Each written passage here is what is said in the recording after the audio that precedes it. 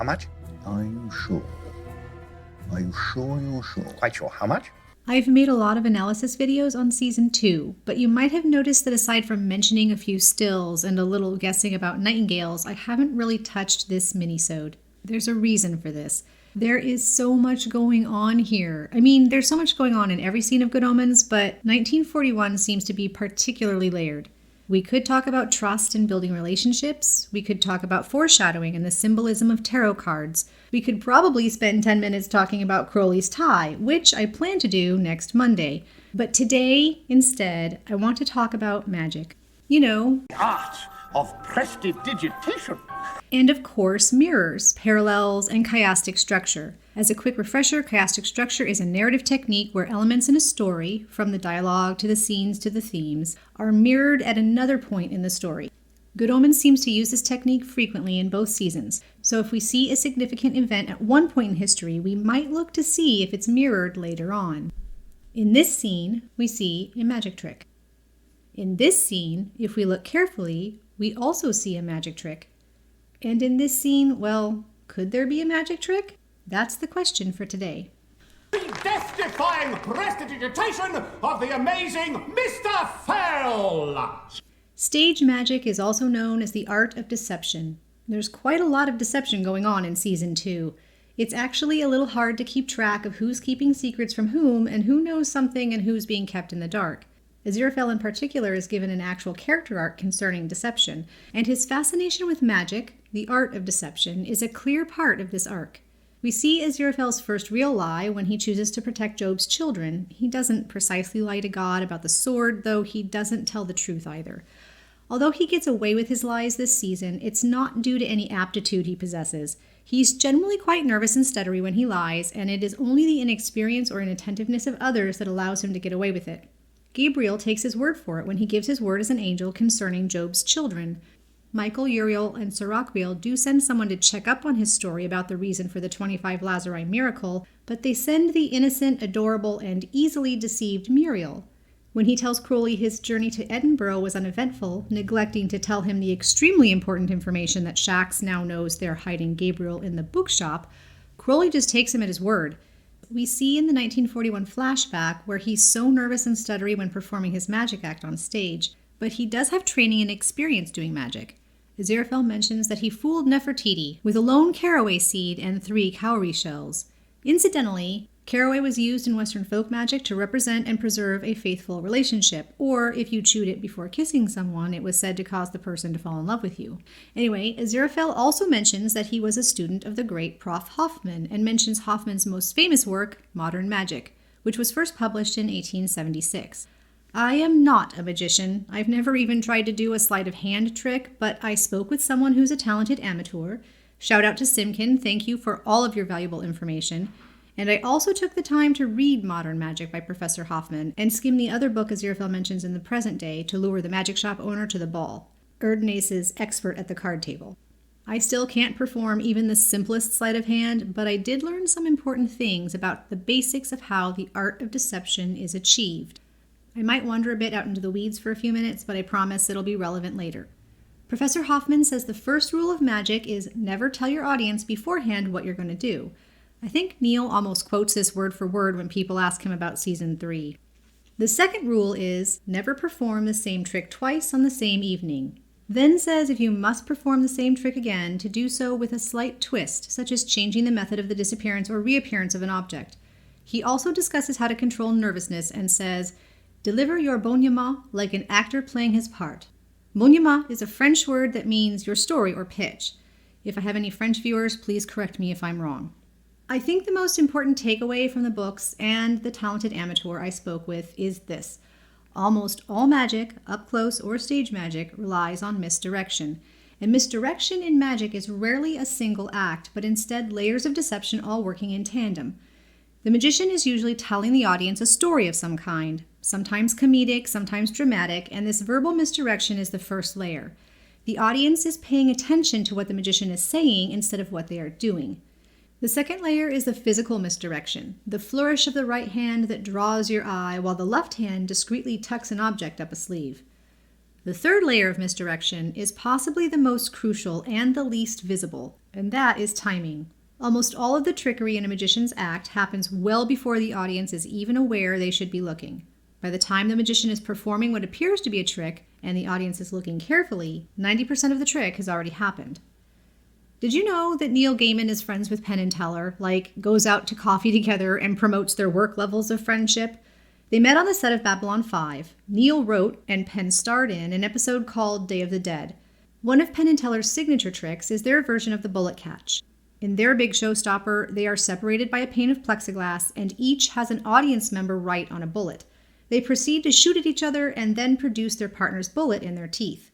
Magicians that have performed any version of the bullet catch will tell you that of the two roles, shooter and catcher, the hard part isn't being the catcher, it's being the shooter, and the level of trust required for this specific trick is incredible. When you hear my signal, sir, shoot. Oh, I've got the perfect man for the job. 1941.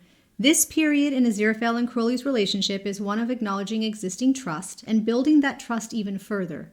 After Aziraphale accepts the lift Crowley offers him after the church bombing, they head to the Windmill Theater, where Crowley is supposed to be delivering some hooch to Madame Henderson, but the bomb blast broke all the bottles and she is not pleased. Her stage magic act has also canceled on her, so Aziraphale volunteers to perform to help get Crowley back in her good graces, and also because he's excited by the chance to perform magic in public. Back in the privacy of the bookshop, they're both quite open and in their own awkward ways intimate with each other, not physically, but emotionally. Crowley is supportive of Aziraphale's desire to perform in public and convinces him that he needs a bigger act than the little sleight of hand he demonstrates, so they head over to the magic shop across the street. There's so much in this magic shop, but I have an entirely separate video planned concerning the tarot cards and other symbolism sprinkled throughout this episode sometime in the next few weeks, so let's stay on track. Magic, tricks, deception, and trust.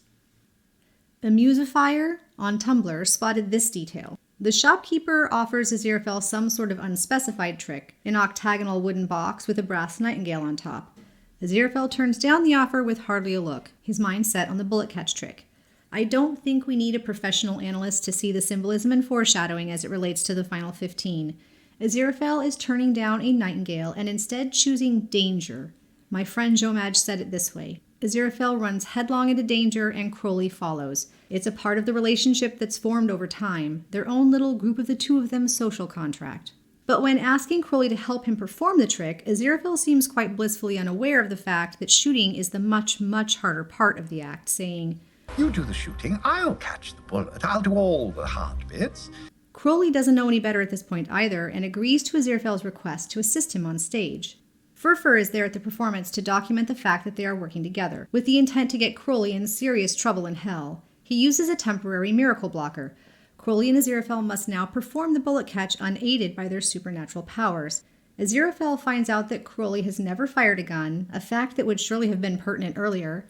Despite their inexperience, Aziraphale seems determined to go on with the show. He gives Crowley the direction. It's perfectly simple. Aim for my mouth and shoot past my ear. The shot needs to look deadly while missing the mark by mere centimeters. Rifle in hand and pointed at Aziraphale, Crowley is clearly suffering a massive case of nerves. If he screws this up, he's going to be discorporating his best friend at best. At this point, Aziraphale mouths something to Crowley. My guess is that the majority of people watching missed this. It's only later, when sharing a celebratory dinner and they share this exchange, Oh, you said trust me. And you did. that the audience is clued in to go back and look. It's so very hard to spot, and fans address the question to Neil Gaiman, who was kind enough to clarify that Aziraphale did indeed mouth, "Trust me," just before Crowley fires the shot.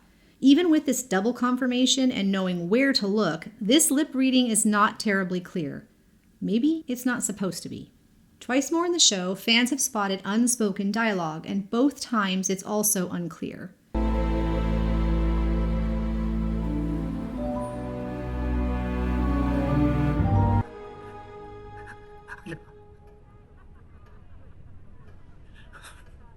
And also in 1941, the zombies have a humorous lip-reading adventure where they're spying on Aziraphale and Crowley through the bookshop window. Aziraphale is performing a simple disappearing coin trick for Crowley, and we hear him say, close my hand thusly for but the blink of an eye. And then it cuts to the zombies lip reading. I want you to keep this blink of an eye bit of dialogue followed immediately by an instance of lip reading in mind for later. Lip reading is so prevalent in Season 2, I think we're meant to be looking for other instances of it. Backstage, Crowley is assuring Aziraphale that the show went well, much to his delight, when Furfur barges in and tells Crowley he's in breach of the Infernal Code, consorting and collaborating with an angel. When Crowley pleads coincidence, Furfur produces a book explaining that the bullet catch requires a trusted stooge and confidant, then shows them the picture he took of them working together and tells Crowley to enjoy his last night on Earth, as a legion of demons will be coming for him the next day. Aziraphale's insistence on performing this particular trick is about to not only land Crowley in serious trouble, but will also separate the two, possibly forever. Aziraphale understands the dire circumstance, and under this extreme pressure, manages to palm the picture and replace it with a flyer for the ladies of Camelot. Later that night, during a candlelit dinner, Crowley expresses his amazement that Aziraphale pulled off this sleight of hand trick with a miracle blocker in the room, and we get some really great, meaningful dialogue. This entire scene seems to be loaded with foreshadowing. Let's look at the 3 relevant pieces of dialogue and tuck them up our own sleeve for later. Who needs a miracle when you've had private lessons from the great Prof. Hoffman himself? Well, I got it right the time that mattered.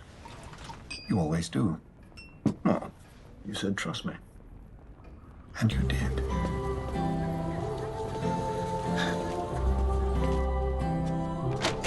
Let's now jump ahead to the present, to the final 15. A scene that has been combed over by who knows how many fans, practically if not literally frame by frame, and try to parse it ourselves with this question in mind. Is there a magic trick hidden here? Something I really want people to keep in mind as we move ahead with this analysis is the importance of emotional storytelling in the final 15 minutes. There can absolutely be a magic trick here, but it must be one that doesn't undo this beautiful, masterful, gut-wrenching scene.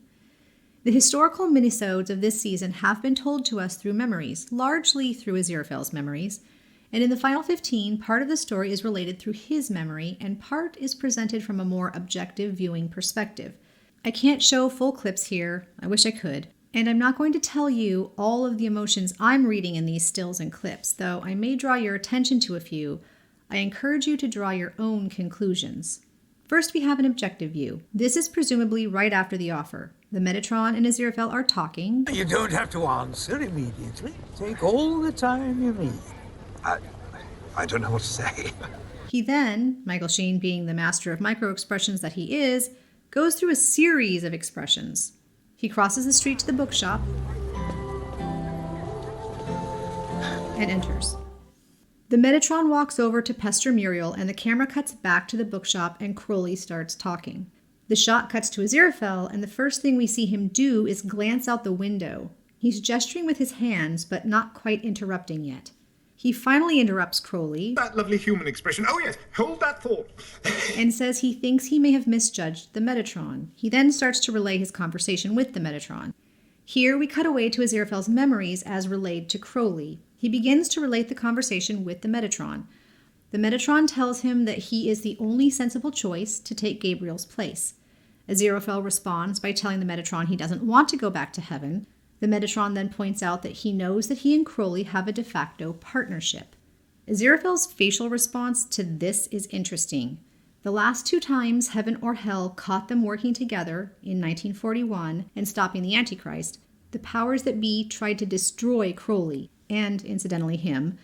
Does Aziraphale see this as a veiled threat? We cut back to Aziraphale relating the last bit to Crowley with bubbling over-the-top joy. Crowley is not happy. Crowley challenges Aziraphale on the goodness of heaven, and Aziraphale responds, Tell me you said no. If I'm in charge, I can make a difference. Crowley stops him and starts his own confession. As soon as Crowley says, We're a team, a group. Group of the 2 of us. Aziraphale glances back out the window. His eyes flutter wildly. Crowley says heaven and hell are toxic, and Aziraphale starts shaking his head. I think there are also tears in his eyes.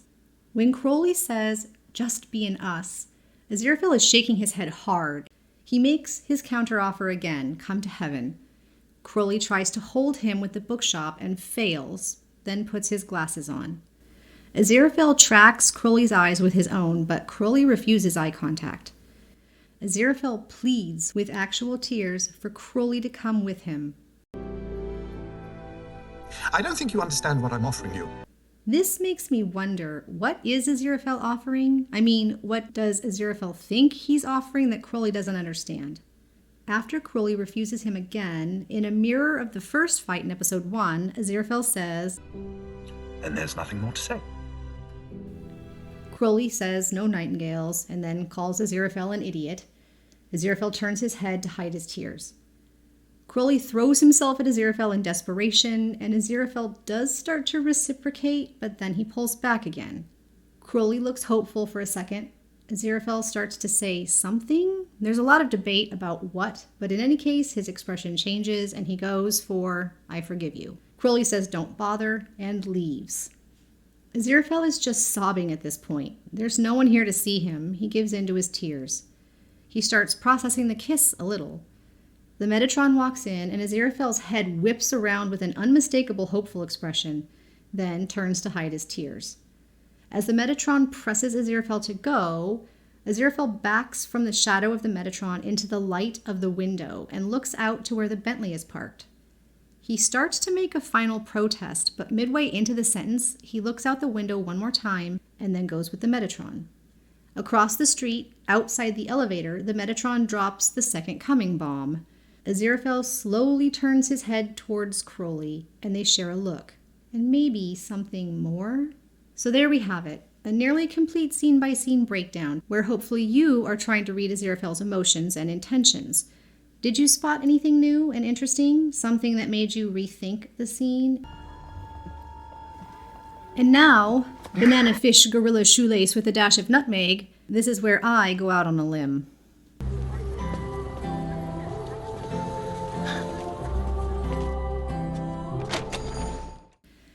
So, is there a magic trick in the finale here? Did Aziraphale pull off something? A lie? A misdirection? Aziraphale is bad at lying. He's also, as Crowley says, terrible at magic. But he got it right the time that counted. Did he also get lying, or at least some sort of misdirection right the time that counted here at the end? Did he, as Professor Hoffman put it, deliver his bonhomie like an actor playing his part? Or is that moment perhaps yet to come? A magician doesn't reveal their tricks. Neil isn't going to put all of his cards on the table. We don't have all of the puzzle pieces, so all any of us is doing is making our best guess with the incomplete picture we have. Absolutely everyone can and should form their own opinion, and I would love to hear yours. So keeping all of that in mind, let me share with you my take. And I'll be honest, I was all over the place while I was making notes for this video. But after reviewing practically every frame of the final 15, here are my thoughts. If there is misdirection, I think it's likely that the kiss is the misdirection for the audience. I know I can't stop looking at it. It's extremely emotionally important to both characters and to the story going forward. To me, this indicates that there is no trick here, not during the kiss. The only magic here is the love between these two ineffable idiots, and isn't that enough magic for this moment? So, following the rules of the art of deception, we need to look away, to look elsewhere for the deception, and knowing that most of the trick is performed before we even know we should be looking, I think we need to move back. Based on Aziraphale's reaction to the de facto partnership line and how heaven and hell have previously tried to destroy Crowley both times their partnership has been discovered by anyone in power, I think Aziraphale very much sees this as both a veiled threat and a way to save Crowley all wrapped into one offer. Of course, the Metatron is lying, knowing full well Crowley won't be joining them, so for him it's just a veiled threat. To me, the emotions from the ineffable husbands in the final 15 are honest, although there is a deception on Aziraphale's part, one we've seen before. Aziraphale doesn't tell Crowley about the danger he feels they are in, just as Crowley hid from him Gabriel's behavior at the trial in Season 1, just as he hid from Crowley the fact that Hell knew Gabriel was hiding in the bookshop. And as far as Aziraphale knows at this point, Heaven was hunting down Gabriel because he'd fallen in love with Beelzebub. All he sees in relationships between angels and demons is danger for them. He is doing his best to try to protect Crowley, and I think he sincerely believes that they will be safer together in heaven. When Crowley refuses to come with him, despite his pleas, he's left with no choice. There's only one thing he can do to protect the both of them. But there is one more thing, a limb I'd like to go out on, and fragile as it is, I hope you'll come with me. I hope most of you know by now that I try very hard to come to my conclusions by way of reason, asking questions and looking for answers. In 1941, on stage, when Crowley was clearly fearful of pulling that trigger, Aziraphale mouthed, "Trust me." And remember, this is so unclear in the show that Neil had to answer a question to confirm it. But here it is. Ready? And remember that when the zombies were reading Aziraphale's lips, the scene is cut this way. For but the blink of an eye. Well, what is he saying? So in the final episode, just after Aziraphale hears the shocking news of the second coming, the Metatron gives him an expectant look to get in the elevator. The presence of the Metatron acts much like a miracle blocker, so in a parallel of that moment on stage in 1941, Aziraphale must rely on his wits and trust. He pauses a moment and turns slowly towards Crowley, and just before the shot cuts to Crowley, Aziraphale opens his mouth. The camera cuts to Crowley, standing so perfectly still, just as the bullet catcher must do, and then it cuts back to Aziraphale, his mouth still moving for just a frame or two, just the blink of an eye, before the camera moves to a close-up and he takes a deep breath, smiles, and gets in the elevator. When you see it, there's no denying he opens his mouth just as the camera cuts away. Did he say something during the moment that the camera was on Crowley? Is he just taking a breath? We can't be sure.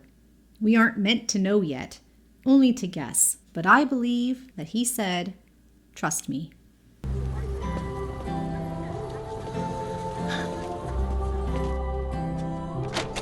The real magic trick may not have been in the final 15. It may be just beginning.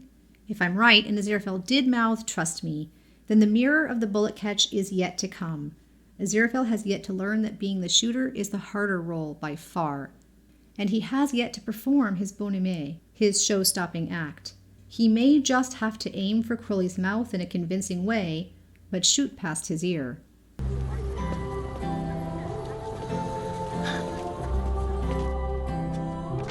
Have you seen this clip recirculating on Tumblr? It was news to me. Thanks to Lilith89 for sharing it with me, and the original post by Don't Just Live Fly and Spaghetti Hands. In Season 1, after averting the apocalypse, they are both sitting and waiting for the bus together. Crowley's Bentley and Aziraphale's bookshop are both destroyed, so Crowley offers Aziraphale a place to stay. They get on the bus together, and Aziraphale takes Crowley's hand. Apparently this is old news to some people. Neil confirmed it way back in 2019, and David later confirmed it as well. So yeah, they hold hands. Did Aziraphale stay at Crowley's place that night when they must have performed the body swap? Oh, do you hear that? That, my friends, is the sound of thousands of pencils and keyboards, the next wave of fanfic inspired by this clip. Well, thank you for making it all the way to the end of this very long video. I do hope you enjoyed it and found something new and interesting. Congratulations to last week's trivia winners on the Discord server. Top score goes to By the Bentley, followed by Finnegan69. I'd like to thank all of my patrons who make these weekly videos and all the plans for the future possible. Our Discord events are booming. We've added a weekly discussion with community-chosen topics. Come and share your ideas and opinions. Next week in the US is Thanksgiving, so there won't be a Thursday Good Omens video. Instead, I'll be releasing the Promised Mini Monday video, this one examining some of the more interesting parts of Crowley's costume. Regular Thursday videos will resume on November 30th.